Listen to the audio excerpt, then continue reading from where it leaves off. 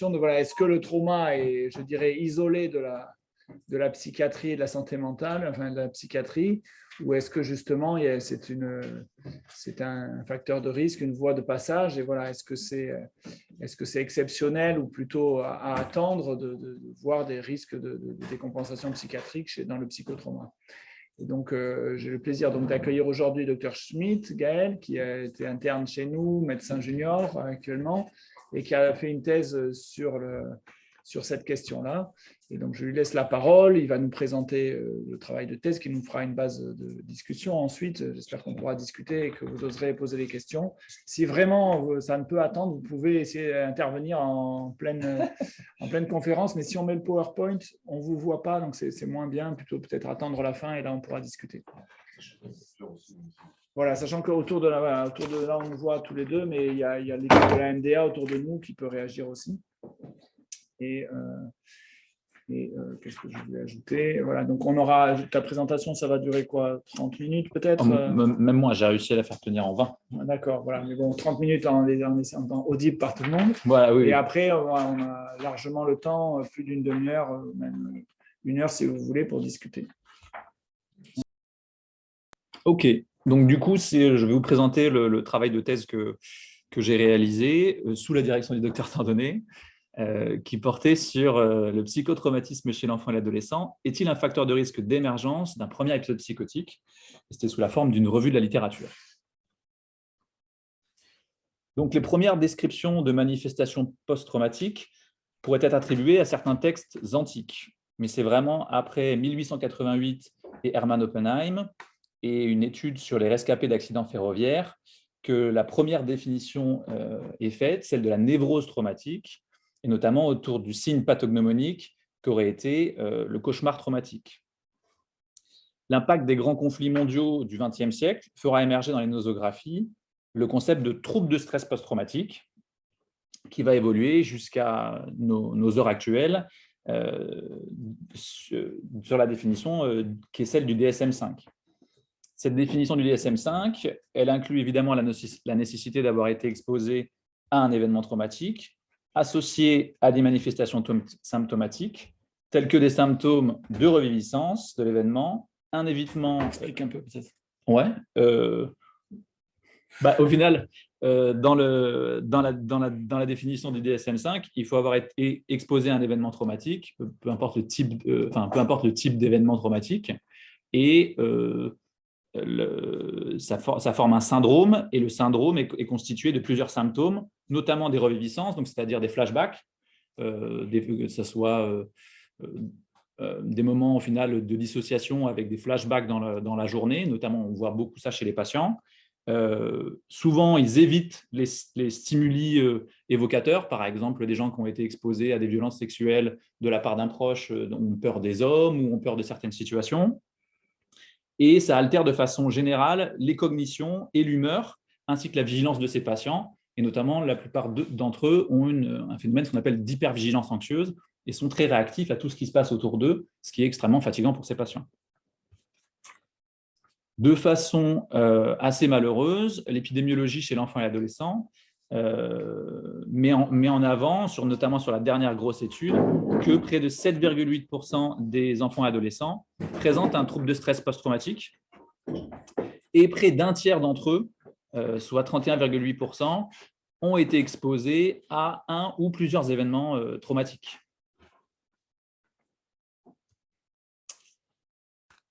De plus, certains auteurs amènent à penser que la question traumatique, de façon globale, est d'autant plus complexe lorsqu'elle arrive chez l'enfant et l'adolescent, puisqu'elle a une grande influence sur le développement de ces derniers, et notamment si l'enfant est captif d'une répétition traumatique, donc c'est une répétition des événements traumatiques. On parle alors d'un véritable trouble de stress post-traumatique complexe, qui a été défini par la classification internationale des maladies 11, mais qui n'a pas encore été traduit en français. Et certains auteurs, tels que Van der Kolk, ont proposé, même pour le DSM-5, un véritable trouble plus complexe qu'on appelle le Developmental Traumatic Disorder, ou trouble traumatique développemental en français, qui, lui, s'appuie sur des dimensions symptomatiques qui ne sont pas du tout exprimées dans la définition actuelle, qui est celle, en effet, du DSM-5 et sur laquelle la plupart des gens s'appuient, et qui s'appuie sur ces dimensions symptomatiques telles que la dysrégulation émotionnelle, la dysrégulation relationnelle, les troubles de l'estime de soi, le retentissement général sur le fonctionnement et la perturbation de la conscience.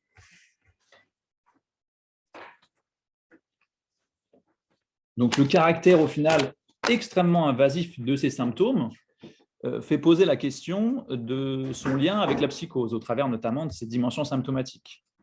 Et c'est d'ailleurs au travers de mon expérience avec le docteur Tandonnet, ou même ici à Agen, parce que j'ai fait mon premier semestre à Agen il y a quelques années, que je me suis rendu compte assez rapidement que certains des patients qu'on prenait en charge et qui avaient vécu des événements traumatiques présentaient soit des hallucinations, soit des idées délirantes, des bizarreries, soit tout ensemble. Et c'est vraiment pour moi poser cette question de cette association.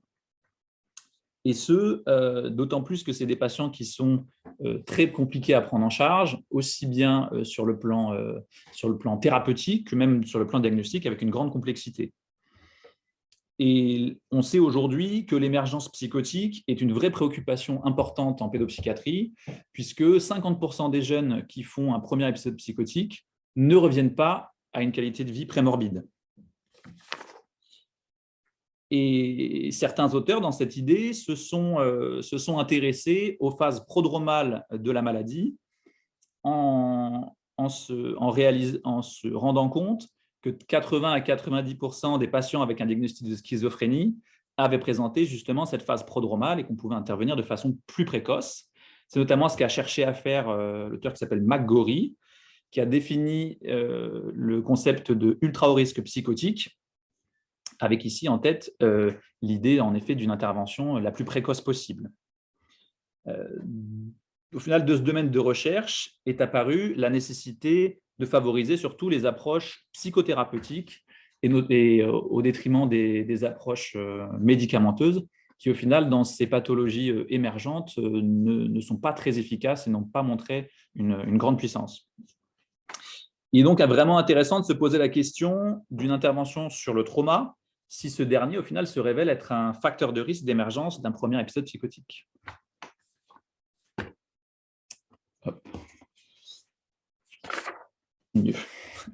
Pour ce qui était, au final, de l'objectif principal de notre étude, c'était de montrer que les événements traumatiques sont un facteur de risque d'apparition d'un premier épisode psychotique.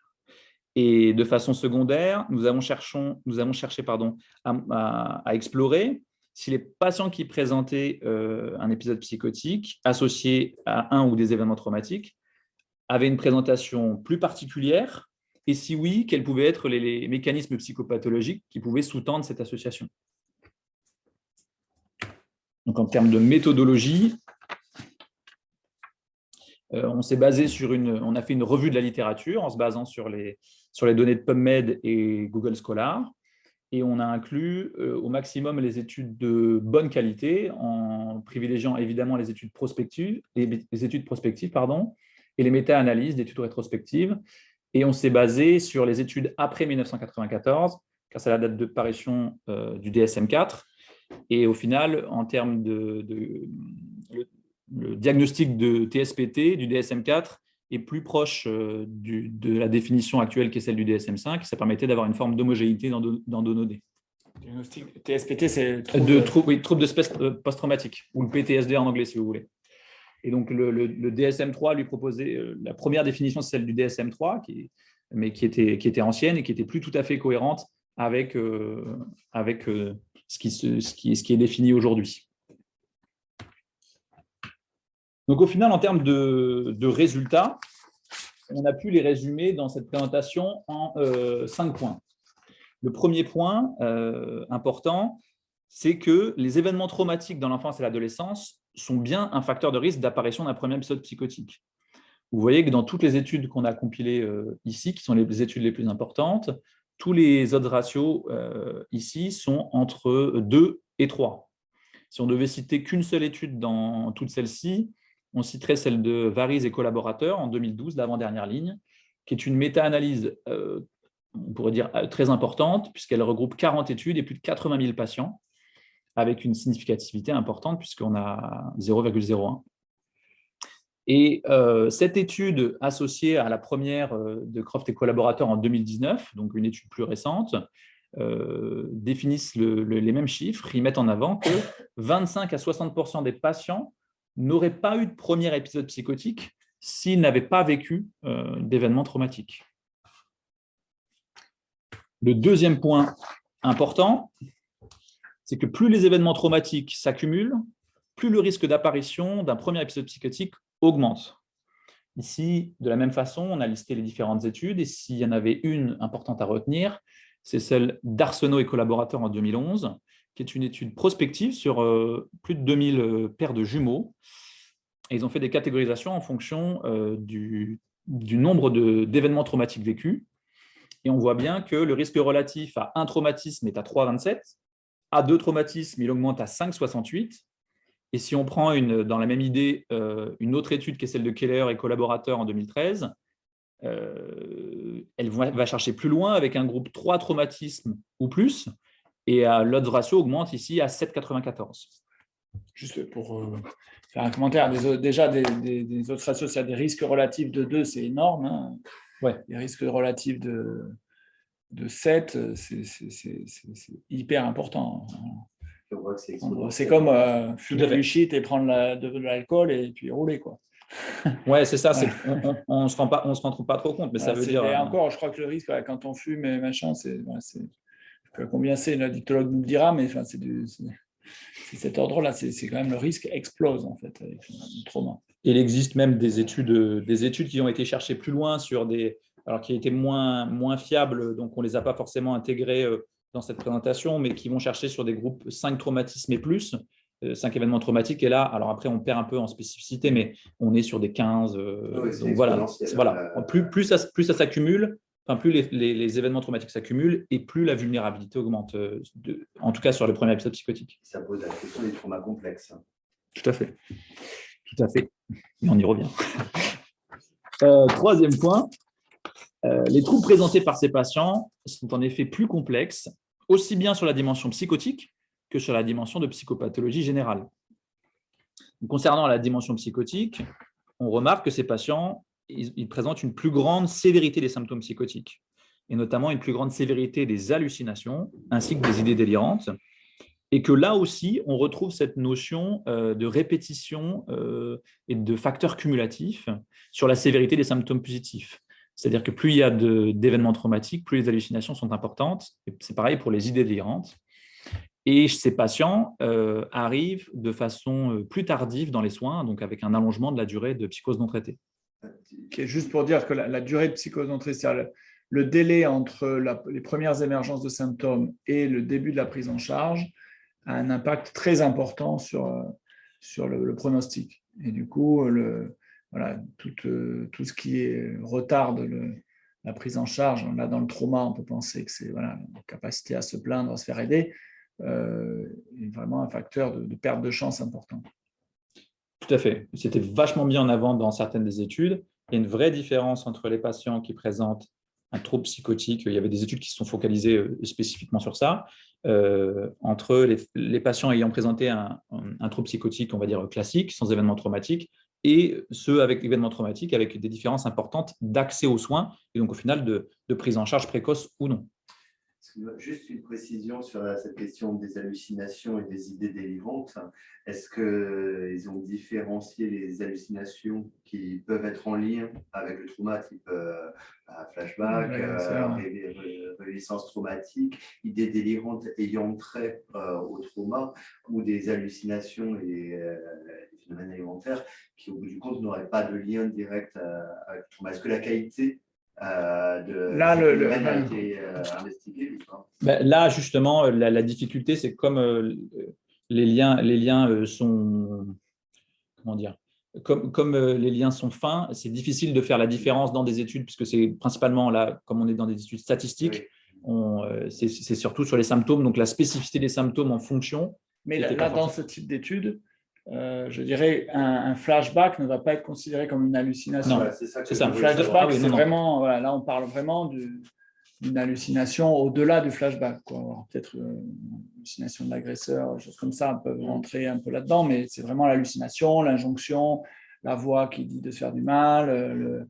Des fois, il peut y avoir une porosité chez ces patients où la question peut se poser entre hallucination et rélucence. Donc, il vous montrera que ça a un lien. Hein. Toutes ces études, au final, s'appuient, comme c'est une étude quantitative, elles s'appuient toutes sur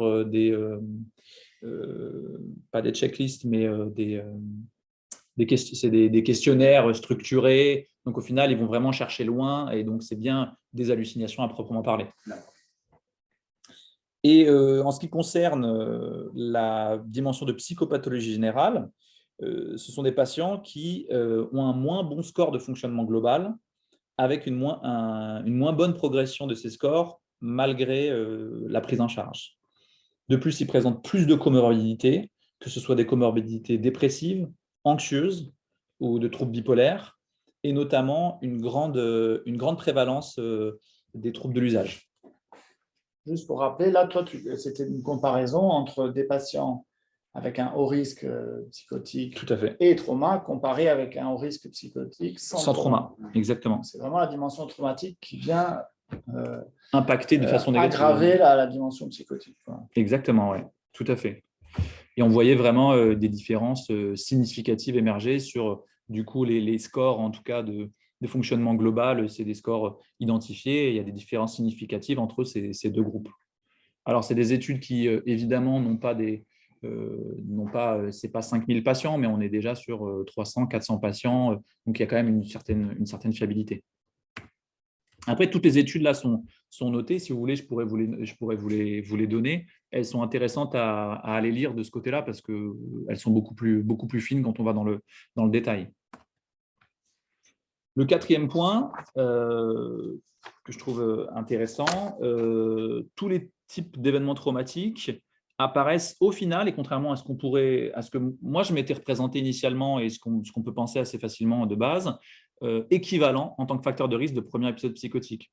Sur les 5 types d'événements traumatiques que nous, on a décidé de présenter et qui sont au final les 5 types d'événements traumatiques qui sont les plus représentés et les plus acceptés dans la littérature scientifique, que sont l'abus sexuel, les violences physiques, l'abus émotionnel, la négligence et le harcèlement scolaire, on voit qu'ils sont tous compris entre 2 et 3.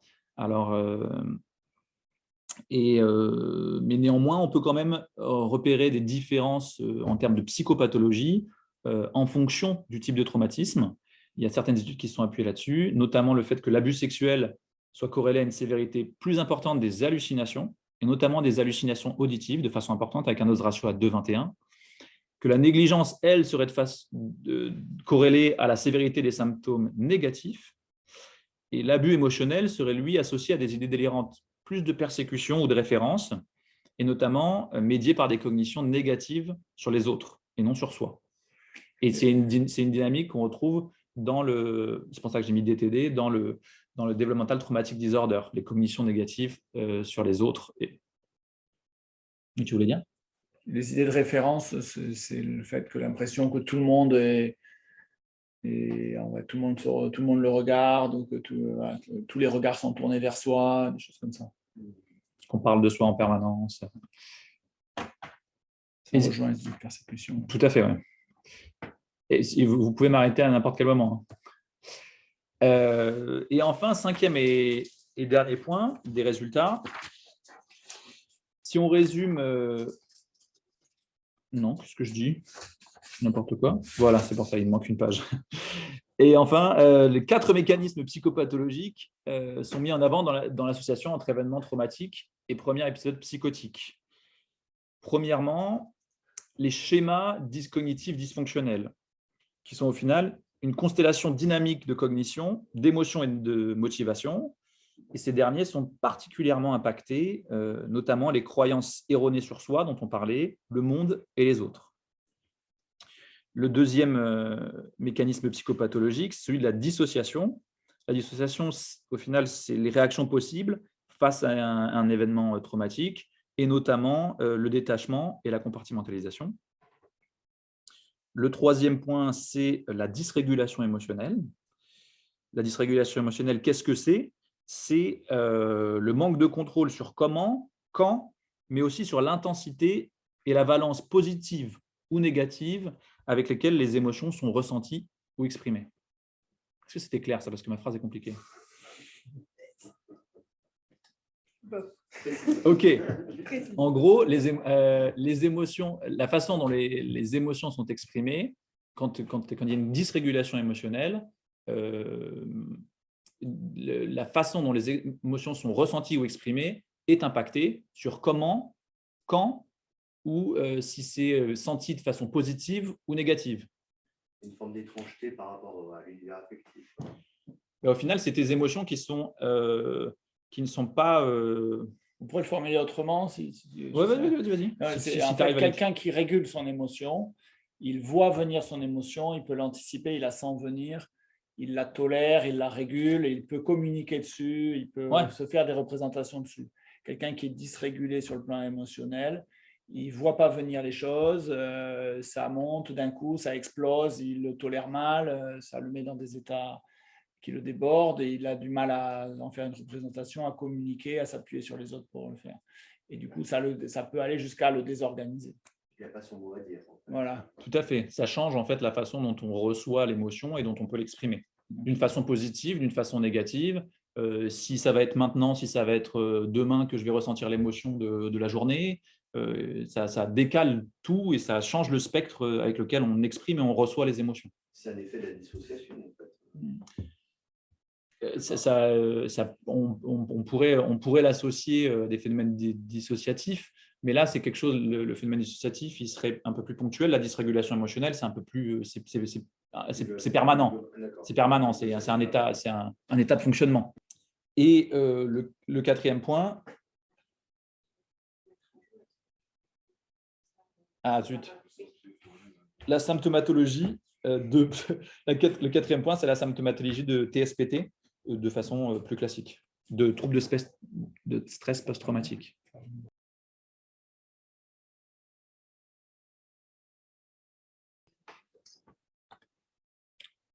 Pendant ce temps, je meuble. Je meuble parce que donc, je reviens sur la discussion. Donc, Dr Schmitz soulignait qu'il y a une dysrégulation émotionnelle importante qui peut être complètement désorganisante en fait des jeunes. C'est là le lien avec l'aspect psychotique du côté de la désorganisation, pas des hallucinations. Et M. Laïli soulignait le lien avec la dissociation. Je reviens là-dessus. En effet, il y a une espèce de cercle vicieux dans le trauma à partir d'un triptyque, c'est-à-dire j'ai vécu quelque chose de perturbant, m'a débordé, donc je cherche à quelque part à fuir, donc il y a un évitement du ressenti interne, donc il y a un aspect de dissociation, c'est-à-dire que les jeunes sont toujours à fuir leur vécu interne, à essayer d'éviter leur ressenti, et donc à la fois donc comme ça hypo-vigilants et fuyants de leur monde intérieur, et hyper vigilants à l'extérieur, c'est-à-dire qu'ils essaient de contrôler ce qui arrive, les autres, les émotions des autres. Dans les foyers, c'est assez compliqué parce qu'ils essaient toujours de se mêler des autres, de leur vie affective. Tout ça, ça leur permet de se contrôler eux-mêmes, en fait, ou ça leur donne cette illusion. Et il y a un cercle vicieux. Plus je suis hyper vigilant de l'extérieur et que je fuis mon émotion interne, plus finalement je suis hyper réactif à toute émotion. Tout à fait. C'est-à-dire, du coup, au moindre mouvement émotionnel qui m'arrive, je suis en panique. Du coup, ça devrait marcher. C'est l'enregistrement, en fait. Ah, peut-être, oui. Ouais, ok. Et donc, il y a ce qu'on appelle une trappe développementale, c'est-à-dire j'ai une phobie de mon expérience intérieure, je la fuis, je suis hyper vigilant, contrôlant de mon environnement, et donc à moindre mouvement, je suis hyper réactif, j'explose. C'est un peu comme le phénomène de sursaut, quoi, quelque part. Et ça, c'est en fait, c'est extrêmement déstructurant, on reviendra là-dessus. Donc, si on résume au final ce qu'on était en train de dire au travers d'une figure que j'ai extrait d'une méta-analyse de Bloomfield et collaborateurs, une grosse étude qui est parue dans une grosse revue internationale, on se rend compte que le traumatisme développemental est corrélé à des mécanismes psychopathologiques qui sont eux-mêmes corrélés à des symptômes de troubles psychotiques. Donc là, si vous voulez, dans la figure, les flèches pleines, c'est des flèches qui mettent en avant un lien significatif basé sur 2 études de bonne qualité. Et les flèches hachurées, c'est celles qui mettent en lien un lien significatif, mais avec une seule étude de bonne qualité. Donc, on se rend compte dans cette figure que les principaux éléments en lien avec les troubles psychotiques sont au final les éléments typiques des troubles de stress post-traumatique complexe ou du developmental traumatic disorder, que sont les processus dissociatifs, la dysrégulation émotionnelle. C'est moi, désolé. Pardon, on a eu un petit Larsen. Les schémas et systèmes de croyance et l'attachement et les cognitions sociales. On voit bien que la dysrégulation émotionnelle est corrélée aux hallucinations, aux idées délirantes et à la paranoïa. Pareil pour les schémas et systèmes de croyance, que les processus dissociatifs, eux, sont corrélés aux hallucinations et l'attachement et les cognitions sociales à la paranoïa. Hop. Donc, en ce qui concerne la discussion de ce travail de thèse, il y a 3 éléments qui nous ont apparu très importants à développer. Le premier élément, c'est qu'au final, les traumatismes infantiles, d'autant plus qu'ils sont cumulés, c'est ce que je disais tout à l'heure, participent à la vulnérabilité psychotique. Et on s'est posé la question si la relation dose-effet qu'on a retrouvée statistiquement dans nos recherches n'amenait pas à se questionner sur un lien de causalité entre un événement traumatique et un premier épisode psychotique.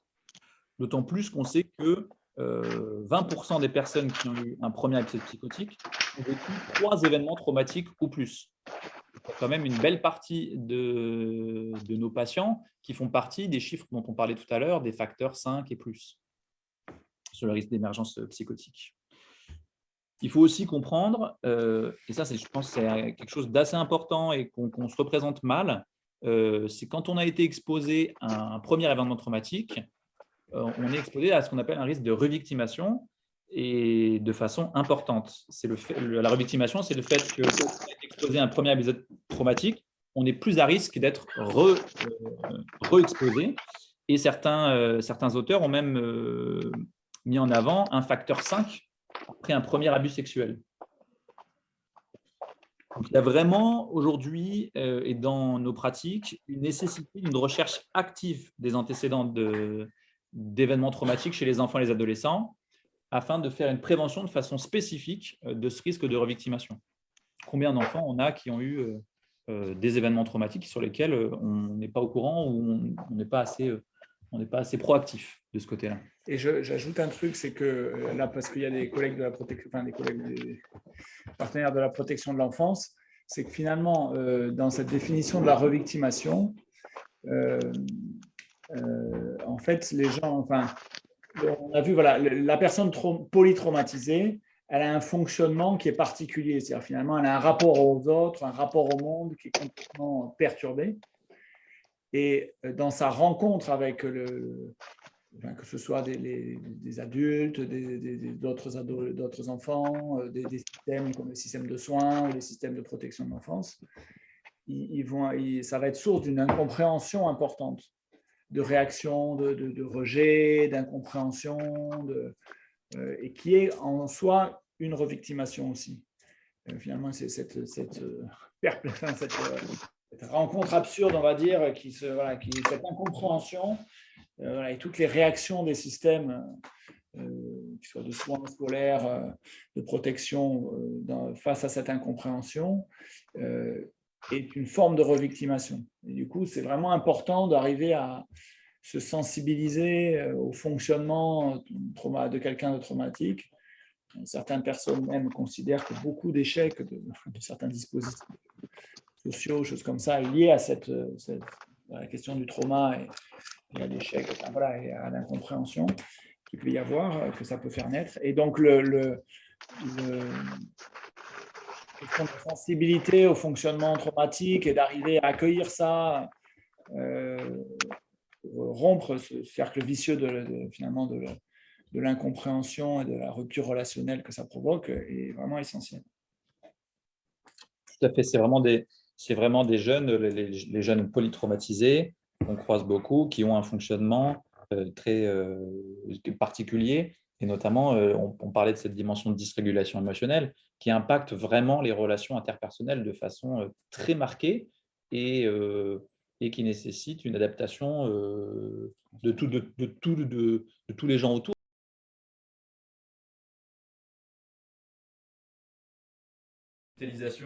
Le retour à une scolarité et qui sont vécus de façon différente de ce qu'on a l'habitude de vivre ou de ce qu'on se représente qu'un enfant devrait vivre, puisqu'il y a vraiment de façon développementale des choses qui n'ont pas été acquises ou qui ont été perturbées et qui sont à prendre en compte et à pouvoir anticiper de façon à favoriser le bien-être de ces jeunes et de pouvoir les sécuriser. Voilà. Est-ce que j'avance là? Ouais. Du coup, deuxièmement, et on revient sur cette notion-là, c'est l'importance de prendre en compte les particularités cliniques de ces patients présentant des troubles psychotiques et associés à un psychotraumatisme. Donc là, on parle de ces patients spécifiques, du fait de cette plus grande complexité diagnostique, associée à cette complexité de prise en charge dont on parlait, et à leur arrivée dans les soins plus tardifs qui complexifient d'autant plus leur prise en charge. Aujourd'hui, en termes de modalités de prise en charge sur ces ados, ces enfants et adolescents-là, il y a des thérapies qui ont montré leur efficacité, et notamment la TCC, donc la thérapie cognitivo-comportementale centrée sur le trauma. Il y a plusieurs méta-analyses qui ont montré que c'était assez efficace, mais on se pose la question de l'adaptabilité quand on rajoute la dimension psychotique, parce que c'est des choses qui n'ont pas encore été testées. Moi, à l'époque, quand j'ai fait ce travail de thèse, les seules modalités thérapeutiques à peu près spécifiques qui se sont intéressées à cette question du trauma et de la psychose, c'était l'Acceptance and Commitment Therapy, ou ACT, qui montrait des résultats encourageants, mais c'est encore un champ de recherche balbutiant. C'est quoi ça? De l'Acceptance and Commitment Therapy, franchement, c'est pas des trucs que j'ai pu explorer, parce qu'au final, je peux expliquer un peu plus la TCC. L'Acceptance and Commitment Therapy, il faut payer. C'est des formations, non mais c'est vrai, c'est assez triste, mais c'est des choses, j'ai voulu me renseigner, mais en fait c'est des formations où il faut payer. Ils ont fait des... après je pense que Alors pour avoir une réponse plus... parce que moi pour avoir travaillé un peu sur cette question des prises en charge, peut-être un élément à repérer, à savoir, à comprendre, c'est qu'une bonne partie, chez ces jeunes qui sont quand même très perturbés, avec des grosses difficultés à penser, beaucoup dans les prises en charge de ce type-là, il y a des modules de prise en charge, avec une partie des modules qui sont centrés finalement sur tout le système qui entoure l'enfant, et une partie qui est centrée sur la prise en charge individuelle. Donc la première chose, c'est que le dispositif doit associer, je dirais, à la fois un travail de l'entourage de l'enfant, ou avec l'entourage de l'enfant, et un accompagnement individuel.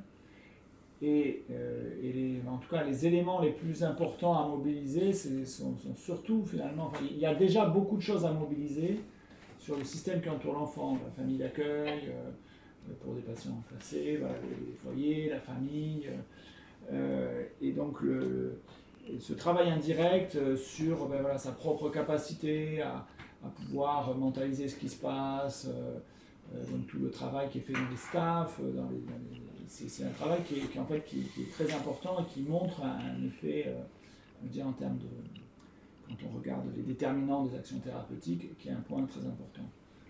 Pas forcément, parce que souvent, peut-être à tort, quand on repère quelque chose chez un enfant, on veut l'amener lui dans un soin individuel, alors qu'en réalité, indirectement, il y a plus à faire. Ouais, c'est ce que montrent tous ces modules, toutes ces thérapies-là qui sont, que notamment les Canadiens ont beaucoup travaillé avec différents modules. Souvent, il y a une grande partie du soin qui peut être fait comme ça par les équipes en fait, qui entourent l'enfant. Et notamment dans la prise en charge du trauma, sur la TCC des santé sur le trauma qui, elle, est bien plus étudiée, il a été mis en avant qu'à partir du moment où il y a une implication des parents, et de l'environnement familial de façon globale, les résultats sont bien supérieurs. Donc au final, à partir du moment où on prend en charge la famille ou l'environnement familial, les résultats sont bien plus probants que, on va dire, en s'attaquant que à la psychopathologie du jeune. Et donc c'est vrai que c'est assez important, et même de façon assez empirique ou de mon expérience clinique avec tous ces patients, il y a vraiment une notion d'arriver à sécuriser aussi bien les liens affectifs, reconstruire des liens et reconstruire des schémas sur lesquels ils peuvent s'appuyer, auxquels ils n'ont pas forcément eu accès ou qui ont été déconstruits ou détruits par les traumas répétitifs. Le troisième point qui nous semblait vraiment important, du coup dernièrement,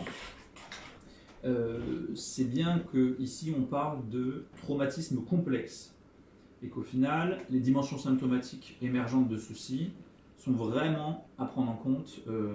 C'est tout le point qu'on discute qui est le plus intéressant à mon sens, dans nos prises en charge, dans de nouvelles approches thérapeutiques à construire de façon globale et tous ensemble, et aussi dans une nouvelle qui évoluerait pour moi vers une nouvelle qualification nosographique aussi, qui intégrerait ces dimensions.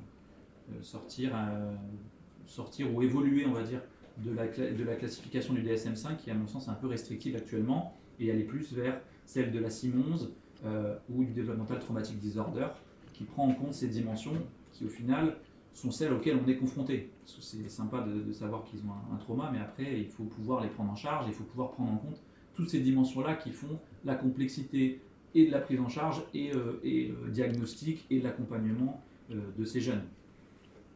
Il ne faut pas s'arrêter simplement au diagnostic. En termes de limites dans ce travail de thèse, il y a eu plusieurs problématiques qui se sont posées à nous. La première, si vous voulez, je pourrais vous partager le PDF de la thèse. C'est la problématique du flou dans les définitions, puisque les définitions, un événement traumatique, il n'y a pas de définition extrêmement claire, tout le monde n'est pas tout à fait d'accord.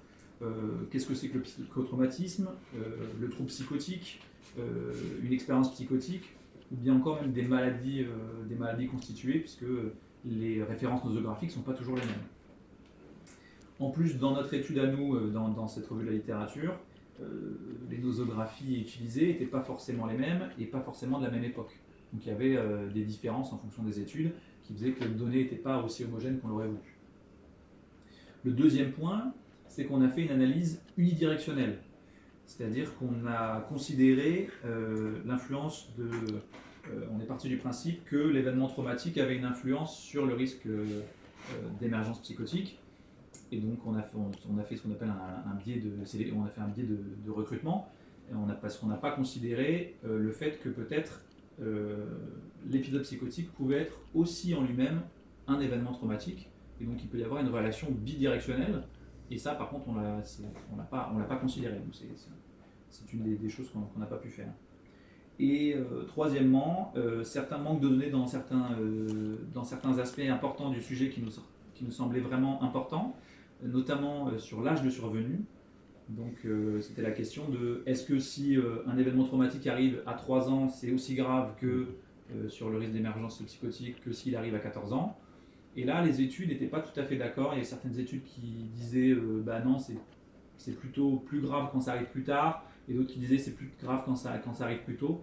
Tout le monde n'était pas d'accord. Là encore, on est sur des études quantitatives, sur des petits échantillons. Je pense qu'il y a vraiment un champ de la recherche à développer, notamment peut-être la recherche qualitative de ce côté-là.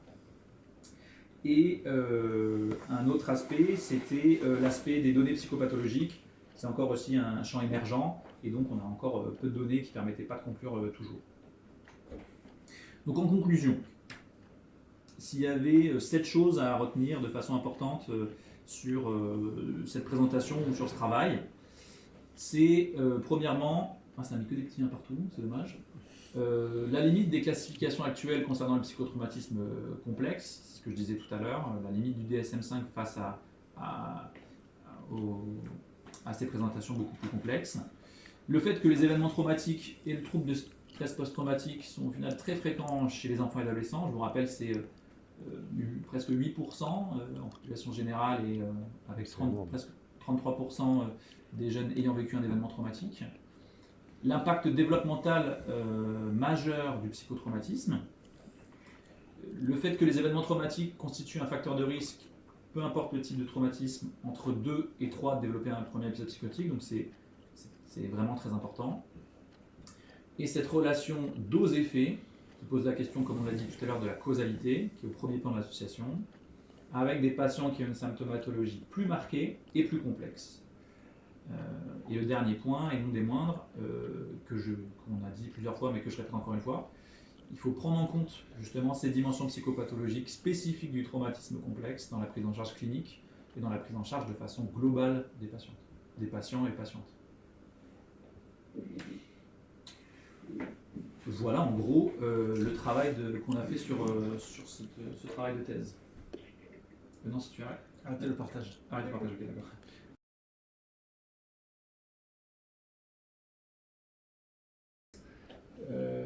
Sans avoir peut-être pris le temps de préciser, enfin, voilà, je reviens sur ce que tu disais à ton introduction, que, voilà, le concept de trauma, il a évolué progressivement, je dirais, en prenant un peu plus d'indépendance par rapport à ce qu'on appelait l'état de stress post-traumatique voilà, classique, on va dire, avec le trauma unique et la triade, voilà, symptômes de reviviscence, syndrome de répétition, enfin 1, syndrome de répétition, 2, évitement, et 3, hyperréactivité anxieuse.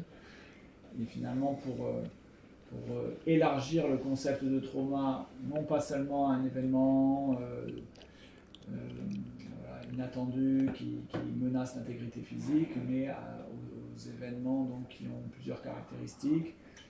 D'abord la répétition et la captivité aussi, c'est-à-dire finalement l'événement se répète et donc je vais devoir anticiper qu'il va arriver et donc m'adapter avec la captivité qui introduit quand même la notion d'une personne de contrôle, la question c'est tout le travail d'Hermann autour des violences faites aux femmes. Et ensuite la deuxième notion c'est celle de violation de la confiance interpersonnelle, c'est-à-dire c'est un traumatisme par intention humaine ou en tout cas par négligence des besoins fondamentaux qui est l'équivalent de rupture du lien de confiance finalement, et donc une forme de trahison de la relation humaine qui va venir, je dirais, faire que la personne se sente, je dirais, oubliée des hommes et de Dieu.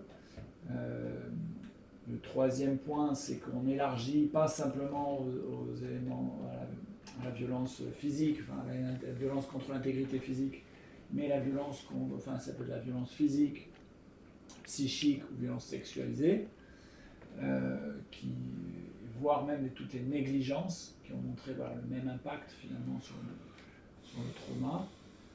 Et donc, je dirais avec la notion qui est introduite aussi voilà, d'impact sur le développement et sur le fonctionnement qui va venir amener des revictimations. Donc, si je reprends les points, c'est voilà, la répétition et captivité, la rupture de la confiance humaine, l'élargissement au trauma psychique, sexualisé et enfin, la violence psychique sexualisée et la négligence.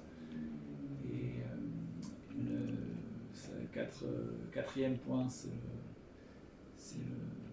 voilà, l'impact sur le développement et enfin la revictimation à travers l'impact, voire même l'impact intergénérationnel, puisque voilà, à travers tous ces éléments-là, finalement, on va abîmer la qualité de la relation et faire les choses de manière ça va retentir sur les générations suivantes. Et donc c'est vraiment cette évolution, donc en allant vers cette forme de trauma-là, on insiste au-delà de la triade sur voilà, l'effet de cette, on comprend cette triade, on va dire comme une dynamique, voilà, j'évite mon expérience interne, je suis hyper réactif, hyper activé, et du coup je vais hyper réagir, donc ça amène une dysrégulation émotionnelle, d'abord dysrégulation de l'attention, c'est-à-dire que je ne suis plus attentif à mon propre état interne, dissociation en fait, je suis dans la dysrégulation émotionnelle permanente, dysrégulation relationnelle, dysrégulation aussi dans toutes les cognitions sur soi, c'est-à-dire autodévalorisation, blâme, honte, aussi confusion avec l'agresseur, c'est-à-dire je vais m'attribuer à ce que je devrais blâmer l'agresseur, je me blâme moi-même, minimisation des faits, fragmentation de l'expérience traumatique, et du coup finalement fragmentation de ma propre identité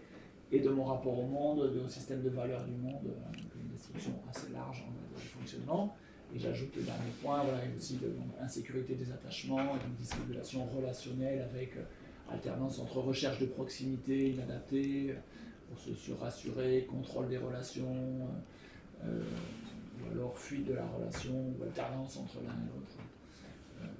Une dysrégulation qui est globale, enfin, qui vient vraiment impacter. Donc on l'a vu, là, ce que tu as montré toi qui est vachement intéressant, c'est qu'on voit qu'il y a une forme d'indépendance, je dirais, de ces dimensions-là, la triade symptomatique, les cognitions négatives sur soi, sur le monde, la dysrégulation émotionnelle et la dysrégulation relationnelle, finalement, pour chacune venir amener, je dirais, une dimension psychotique qui se rejoint en fait après dans le tableau psychotique, hallucination, désorganisation, persécution, mais finalement, et donc il y a un travail à faire sur toutes ces dimensions-là indépendamment. C'est autant de bras de levier, puisqu'au final, elles sont toutes connectées avec des symptômes psychotiques. C'était la figure que je vous ai montrée à la fin. Elles sont toutes connectées à des symptômes psychotiques. Donc, ces dimensions psychopathologiques sont autant de bras de levier d'intervention thérapeutique qu'on peut mettre en jeu pour diminuer la symptomatologie de ces patients et améliorer leur qualité de vie. Il faut aussi se dire que la définition dont parlait le docteur Tandonnet, c'est des choses quand même qui sont assez récentes, hein, puisque la distinction entre trauma, ce qu'on appelle le trauma simple, le trauma type 1, et trauma complexe, le trauma type 2, c'est début des années 90, et ça a mis du temps à émerger. Donc on est encore, c'est encore assez récent comme champ de recherche, c'est pas encore accepté par tout le monde, et même si ça a évolué, il y a vraiment un chemin à faire de ce côté-là, d'accepter, de dépasser, j'ai envie de dire, le DSM-5 dans la définition du trauma complexe, puisqu'il existe et puisqu'au final c'est notre quotidien avec nos patients. Et je pense que c'est un truc assez important et dans toutes les dimensions qu'a amené le docteur Tandonnet. C'est en fait quand même un changement de perspective dans le traitement des patients qui vise à prendre les symptômes comme plus le témoignage de leur état de santé que comme un problème en soi. C'est-à-dire qu'il ne s'agit pas d'affronter le symptôme visible, symptôme psychotique, hein, au sens du délire, de l'hallucination, mais comme presque le thermomètre de ce qui se passe ailleurs en termes d'insécurité, en termes de vécu, de l'intériorité. Et c'est un tout autre abord, hein, finalement, de la personne traumatisée. Et oui, alors je pense qu'il faut aussi pouvoir se dire que ces patients-là, et c'était aussi un des points d'intérêt de cette thèse, ces patients-là, on peut avoir des manifestations psychotiques très importantes, et que parfois, en effet, ça nécessitera une hospitalisation parce qu'il faudra aussi prendre en charge ces manifestations, mais que dans un accompagnement, dans une thérapie à long terme, au final, si on n'agit que sur la symptomatologie et pas sur les mécanismes psychopathologiques, on va un petit peu dans le mur parce qu'on ne va jamais réussir à solutionner ce qui a été abîmé ou ce qui n'a pas été développé. Et ça va permettre, et c'est vraiment pour moi les clés de la prise en charge de ces patients sur le long terme et qu'on devrait faire depuis le début. En fait, ça vient pointer les indications d'hospitalisation de ces personnes et tous les bras de levier qu'il y a à mettre en amont ou en post-hospitalisation pour pouvoir justement apaiser ces troubles et permettre le retour à une vie la plus normale possible quelque part. Tout à fait. Et dans la discussion d'ailleurs, on mettait en avant ce qui moi m'avait intéressé, notamment la notion de prévention dans tous ces troubles. Et il y avait pas mal de programmes outre-Atlantique, notamment canadiens et américains, qui se basaient en amont des problématiques, soit en prévention primaire, avec des interventions dans les écoles, auprès des parents, sur de l'apprentissage, de résolution des problèmes, de l'apprentissage le repérage de la violence, de capacité d'apprentissage sur repérer ses émotions, tout un apprentissage en amont qui permettait, in fine, après plusieurs années, de diminuer, que ce soit en termes d'addiction, que ce soit en termes de comportement de problème, que ce soit en termes d'hospitalisation. Il y a vraiment des effets qui sont intéressants, que ce soit en prévention primaire, donc avant qu'il y ait quoi que ce soit, même en prévention secondaire, donc dans des quartiers, il y avait une étude intéressante sur des quartiers sensibles, très défavorisés, où il y a énormément de violence. Ils avaient réussi, en prenant à part en faisant des trainings avec les profs, les parents et les enfants, donc c'est-à-dire encore une fois en prenant l'environnement dans sa globalité, à faire diminuer de façon sensible l'intégralité des troubles psychiatriques. Donc il y a vraiment des choses intéressantes, Et moi, une de mes motivations dans ce travail de thèse, c'était aussi de se dire que c'est un petit peu dommage qu'on arrive si tard et qu'il y a des choses à construire de façon institutionnelle et de façon globale dans la prévention de ces troubles et dans l'apprentissage de stratégies ou de même ne serait-ce que d'éducation à l'école au travers de plein de choses sur toutes ces problématiques-là qui ne sont pas du tout expliquées. En effet, moi je pense qu'il peut y avoir quelqu'un qui semble fonctionner comme ça. Typiquement, c'est l'enfant qui vit des négligences et qui compense parce qu'il fait fonctionner son parent. C'est un des facteurs de risque peut-être les plus graves de développer après un état limite ou des choses comme ça. Ça a été bien montré. C'est finalement l'enfant qui a l'air un peu de fonctionner comme ça, en fait, en se parentifiant, en se négligeant lui-même.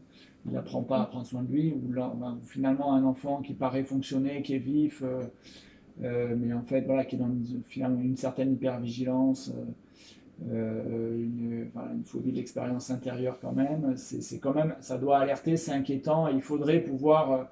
Après, il y a un timing. On ne peut pas tout de suite lui dire allez, va voir un psychologue. Et le soin ne consiste pas à aller tout de suite parler du trauma. Mais en tout cas, dans le rapport à soi, d'en prendre. Le problème, c'est que ça consiste souvent à parler de résilience un peu trop tôt, du coup. Oui, c'est ça, je pense. Et après, on voit des jeunes qui paraissaient fonctionner, puis ils arrivent à l'adolescence. On voit des jeunes filles qui sont incapables de gérer leurs règles, qui sont une négligence on émerge, on voit une négligence du corps, on voit que le rapport à l'autre, quand des éléments plus de relations, la sexualisation et tout ça apparaît, qui sont incapables de gérer, en fait, ils n'ont pas fait ça. Leur précarité, j'allais dire, de leur fonctionnement émerge plus tard, mais il faut, à mon avis, ça mériterait qu'il y ait des évaluations vraiment bien systématiques de toutes ces dimensions, de les suivre, d'amener des éléments qui seraient peut-être moins liés au système de soins, mais beaucoup plus dans les systèmes d'accompagnement, qu'ils aient accès à tout un tas de choses qui les amènent à travailler de la régulation émotionnelle, puisque ça peut se faire. Moi, je pense à un jeune qui était très impacté, mais la famille d'accueil l'avait amené à faire de l'équithérapie, tout un tas de l'équitation, tout un tas de choses, de la relaxation, il avait fait faire plein de choses. Il avait acquis, finalement, malgré un tableau extrêmement précaire, il avait vraiment acquis des capacités de contenir quelque chose qui aurait pu être extrêmement explosif et l'amener vers quelque chose de très psychotique, parce qu'elle avait travaillé ça depuis l'enfance. Je pense que parfois, finalement, on ne met pas assez de choses au travail, ou en tout cas, parce que les gains, parfois, il ne faut pas gagner beaucoup pour arriver finalement justement à être résilient après à des moments plus de stress. Je pense que c'est un truc important à rajouter, je rebondis sur ce que vous étiez en train de dire, c'est la notion de parentification, et notamment la parentification qui n'est pas reconnue.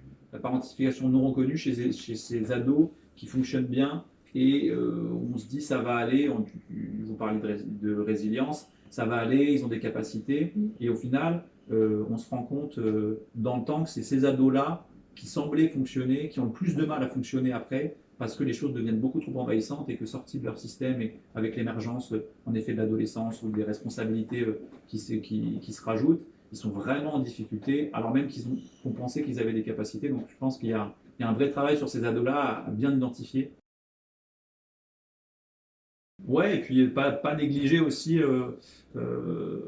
la dimension environnementale et la dimension familiale dans toutes ces expressions symptomatiques, et pas forcément focaliser que sur l'enfant, même si c'est très important, mais c'est aussi bien prendre en compte l'aspect de la dynamique familiale et la dynamique environnementale qui a un impact certain, parce qu'on le voit de façon importante. Moi, deux autres points là pour répondre, je reviens sur votre question qui est quand même très intéressante.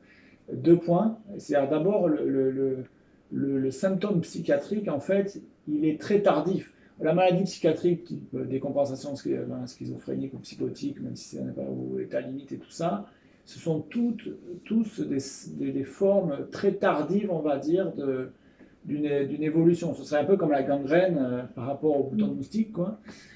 Et donc ça veut dire que quand on en arrive aux symptômes psychiatriques, c'est qu'on a raté un truc et qui a peut-être mis 10 ans à évoluer, quoi. Et donc on a raté 10 ans d'intervention sur un truc. Donc le premier point, c'est ça, il faut avoir ça en tête.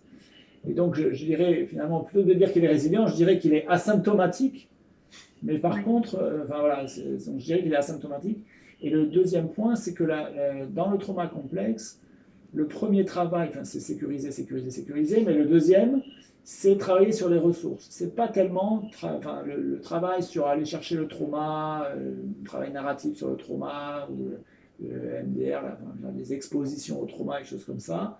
Dans le trauma complexe, c'est vraiment quelque chose qui viendra tardivement et exceptionnellement, j'allais dire.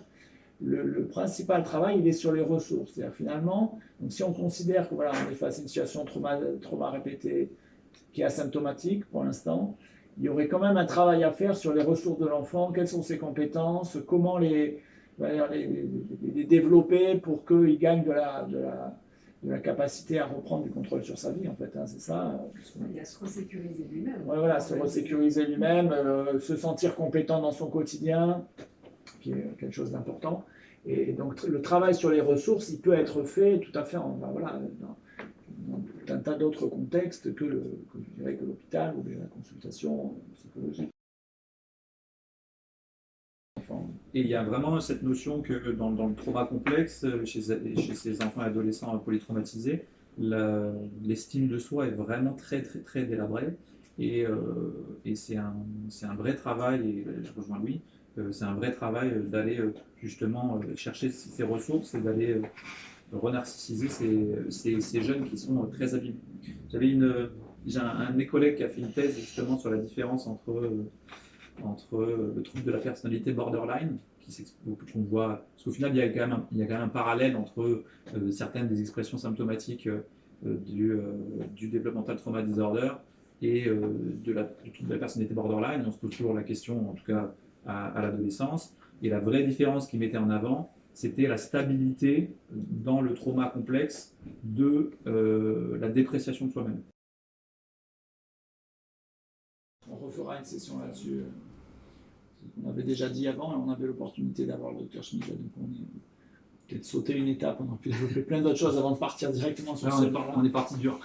Mais qui nous permet aussi de souligner, je dirais, dans la question de la protection des enfants traumatisés, que finalement, on accueille des choses très complexes, et il faut avoir ça en tête, et la question de l'émergence psychotique n'est pas une exception, mais c'est plutôt quelque chose d'attendu chez les jeunes polytraumatisés, et qu'il faudrait penser à un dispositif qui soit capable d'accueillir ça, quoi.